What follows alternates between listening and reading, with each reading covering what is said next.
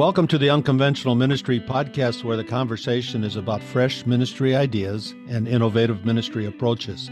I'm Dennis Weens, your host, Senior Impact Catalyst at Sat7 USA. In the United States, there are more immigrants than any other country in the world. Today, more than 40 million people living in the United States were born in another country.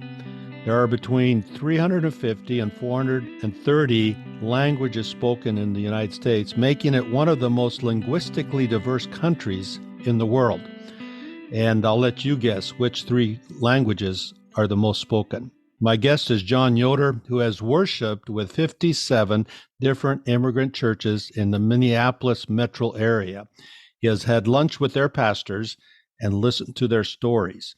We're going to talk to John about how well the American church is partnering with the immigrant church. So, John, welcome to the Unconventional Ministry Podcast. Thanks for having me, Dennis. I'm so glad to be here. You know, visiting 57 immigrant churches, that's taken a few years probably, and that's quite an undertaking in one mega city. So I'm interested in this. What are you learning from these 57 visits to immigrant churches? Well, it's been a real joy for me because I lived in Asia for 13 years, and now in coming back to Minnesota, I realize that I'm a stranger to African and Latino culture.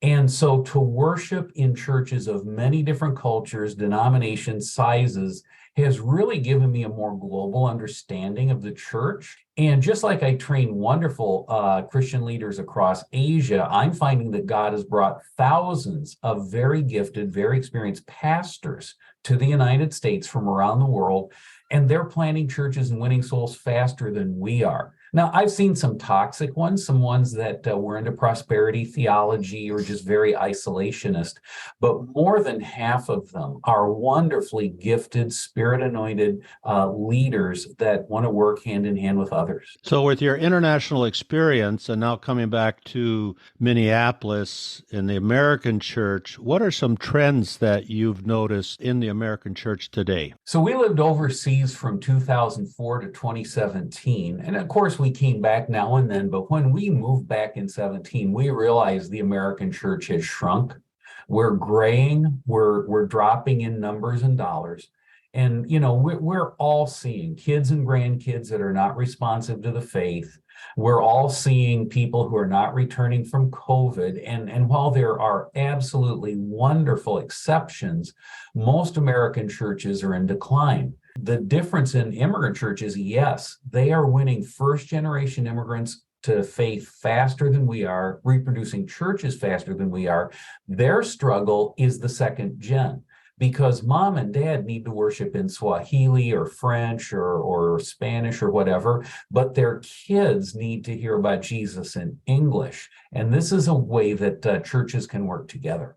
So you've started a ministry called Immigrant Ministry Connections, and you're placing resources, making them available to the American church. Does the American church partner well with these immigrant churches, or are the immigrant churches and the American church, are they not working together at all? I see them as trains running on two different tracks, and it doesn't have to be. We have the same Bible, we have the same God, the same Holy Spirit, the same eternal life, the same heaven, but most of us prefer to work with people who are like us. And so most American churches some are hostile to immigrants, but others smile and nod and realize there are brothers and sisters across the street somewhere. But the ones who do work together and make it a partnership, I have seen fresh energy come to the churches on both sides. What are the challenges if the two are on different tracks, as you put it? It's a great image that you use there. What are the challenges for the two working together? Well, the obvious one is language. You know, if you're dealing with somebody who simply does not speak English, you've got to work through a translator. But beyond that, it's simply habit. Most American churches simply know this is preaching the way we like it, music the way we like it. Let's just keep doing that. And honestly, most first-generation immigrants need to keep doing things the way that they have done it before. But what happens is when churches realize, okay, we need two separate worship services because we're doing very different things. But What if we shared children's ministry? What if we shared youth ministry? What if we did outreach together or community service?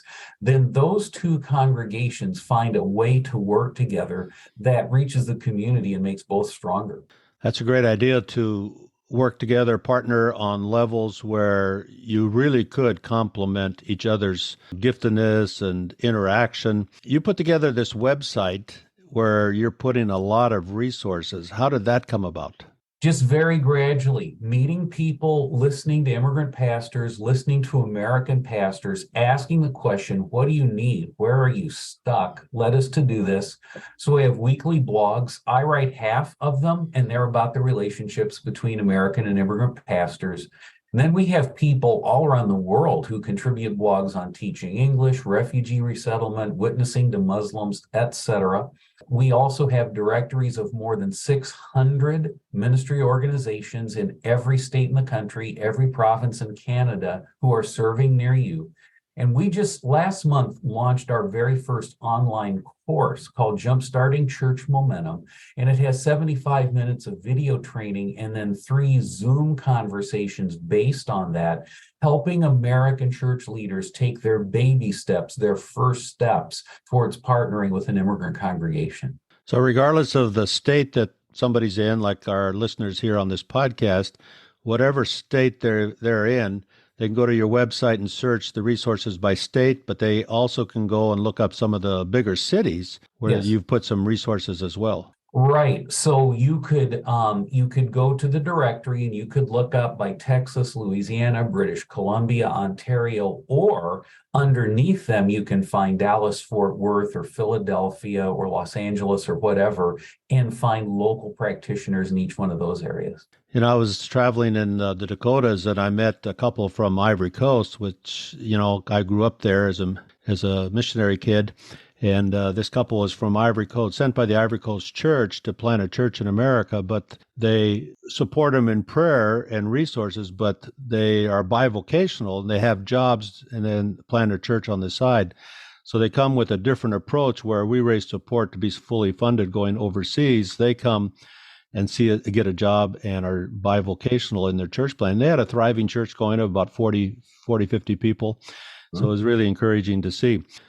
When somebody goes to your ministry website with all these resources, there's different tabs that they can click on. Where would you suggest they start their journey as they start looking through your website for resources for their specific work with immigrant churches or immigrant church wanting to work with an American church? Yeah, that's a great question. We've done our best to keep our homepage really simple, and it has 4 links depending on what you're looking for. The first is to our online courses. We have our beginner course already there and a more advanced class coming in the future. The second is consulting. I do individual consulting for churches. The third are just those directories of hundreds of ministry organizations across the US and Canada. And the fourth are to our weekly blogs. So please feel free to check all of them out and use them as they're relevant to you. And I got on their website and then I signed up for their blog post that's coming regularly. If you have a question, John will be sure to reach out to you. You know, I mentioned that African couple from Ivory Coast coming to the Dakotas, bivocational. They drive an ice cream truck in the Dakotas to make money, and then they're planting an immigrant church on the side. Do you see that as a bivocational model? Do you see immigrant churches using that model a lot? There are more than 700 immigrant churches in the Twin Cities area, and the average size is 30. Almost all immigrant pastors have jobs, and some of them are very professional, and some who are less literate are, in very remedial jobs. But most of them work 40 plus hours and then raise their families and pastor on the weekend. Many Americans think of that as a small and struggling church. Truth is, it's a small and thriving church, which is the norm across the world. I love working with pastors like that, but we need to understand they don't have the time and energy for ministry that people with a salary do.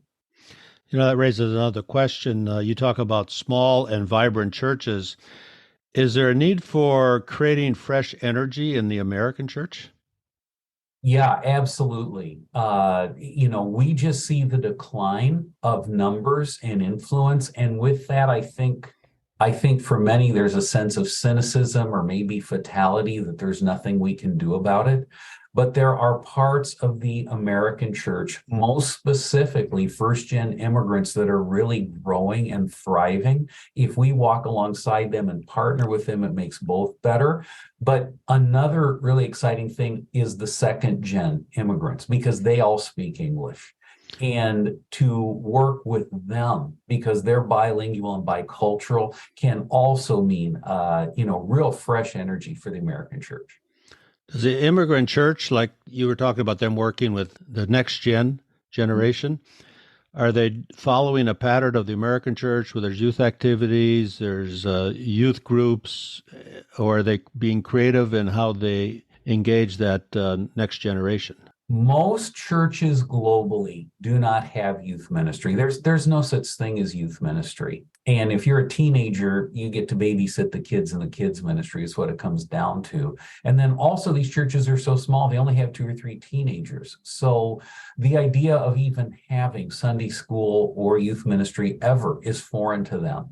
And one of the things that Americans can do to really help is say, we have a children's ministry, a youth ministry, and we would be very glad to include not only your students, but your workers alongside us. So if you're listening to this podcast, I encourage you to share it with your church and look for an immigrant church in your zip code and look for ways that you can creatively come alongside and help what that church is doing. Again, John, this is very interesting. You've given us some great ideas. Give your website again so people can look for some of those resources. Yeah, it's just www.immigrantministry.com. Pretty easy, and then there's social media once you get there. So, John, thank you for joining the Unconventional Ministry Podcast. All right. Thank you, Dennis, for having me. In our changing world, there are more ways than ever to do ministry. Sat7 as a broadcast media ministry is changing how ministry is done. Through innovative approaches, collaborative efforts, broadcast satellite television, web streaming, and social media, Sat7 is making a difference. Visit Sat7 online today at sat7usa.org to learn ways you can be a part of this kingdom work. If you've enjoyed this conversation, please share it with your friends. If you know of an unconventional ministry approach, please introduce us. We'd like to have them on as guests. Thank you again for joining this episode of the Unconventional Ministry Podcast.